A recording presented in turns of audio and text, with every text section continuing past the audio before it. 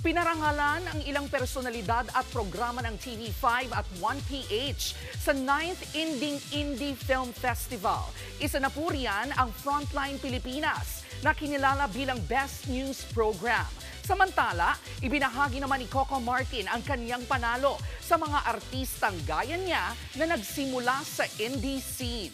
Nasa frontline na balitang yan, si News 5 digital producer Von Belinario.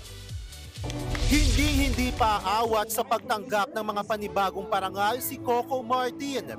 Hindi lang kasi isa, hindi lang dalawa, kundi 3 pagkilala ang iginawad sa Primetime King mula sa Indie Film Festival. Isang grupo ito ng mga kumikilala sa husay ng mga personalidad sa independent film, mainstream television at iba pang kategorya. Kabilang sa tinanggap ni Coco ang pinakapaboritong artista ng Masang Filipino Award. Nariyan din ang People's Choice at Best TV Program Award para sa FPJ's Batang Quiapo.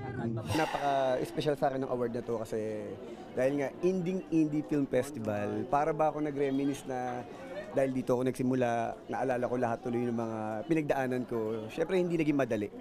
Dagdag pa ni Coco, patuloy na aabangan ng mga eksenang gigimba sa kapatid fans ng Batang Quiapo, lalo na sa karakter niyang si Tanggol sa bago nitong haharaping aksyon.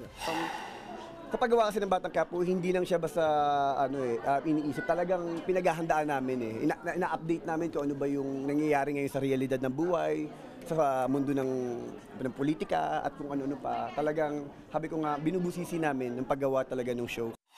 Samantala, kinilala rin ang husay ng mga kapatid nating sa News 5 at 1PH. Most Outstanding Reporter si MJ Marfori. Most Outstanding Broadcast Journalist si Mon Gualvez. Most Outstanding Anchor si Cheryl Cosim. Most Outstanding TV News Show ang One Balita Pilipinas ng 1PH. At Best News Program naman ng Frontline Pilipinas ng TV5.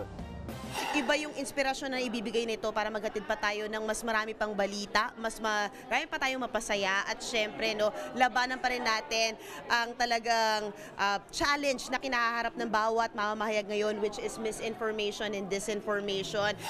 Nagbabalita mula sa Frontline, Von Belinario, News 5. Mga kapatid, ito po ang inyong K-Alaman Queen, Kalad Karen. Always remember na ang K-Alaman ay K-Yamanan.